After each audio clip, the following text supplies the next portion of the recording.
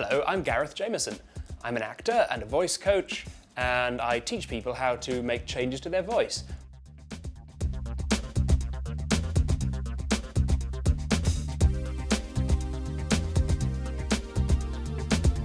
So how do we yodel? Now, I'm not a yodeler, I should point this out. And if you want to learn to yodel, you're going to need to go to a singing teacher probably, because it's very, very hard. But as a voice coach, I can show you what's going on when yodelers do that strange flipping about thing. All of us have various parts to our voice, depending upon the way the vocal cords are set up when we talk.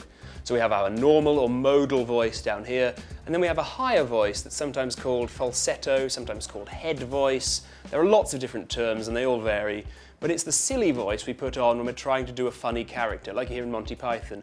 Oh, hello! That up there, really high voice. So what yodelers are doing is they're switching between the modal voice and the falsetto register.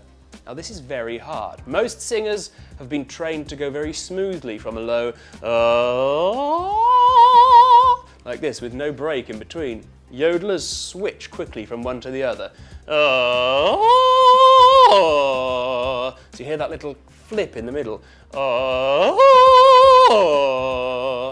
Like I say, I'm not an expert, but if you want to practice on yodeling, what you need to do is have a listen to some yodelers and go for this classic way they do it. We start low with yodel.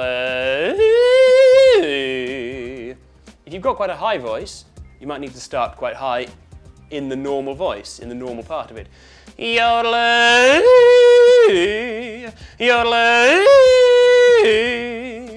Now, if you listen to people like Slim Whitman, or those country singers, or Austrian singers, this is where you'll really hear your brilliant yodeling in songs such as He Taught Me to Yodel. Great song that'll teach you how to do this. But actually yodeling exists all around the world in different cultures. There are some Middle Eastern versions of yodeling, and there are some Asian versions of yodeling as well.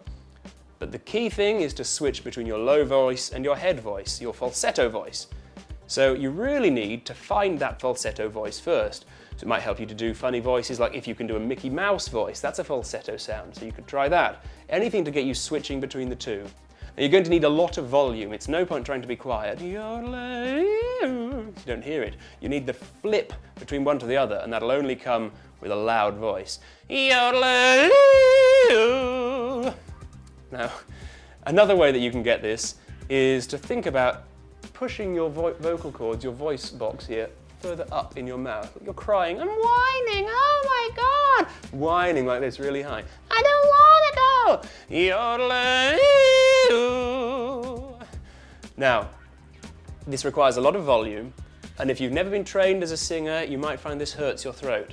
If it does, I recommend you stop and speak to a singing teacher who can really help you with this. But it's not going to do you any harm to play around with the sounds as long as you feel comfortable, and anything you're doing with your voice, even if you don't want to be a yodeler, is going to help you add more dynamism and depth to your voice and speech. That's all the time we've got for now. Yodeling! I'm Gareth Jameson. Thanks very much.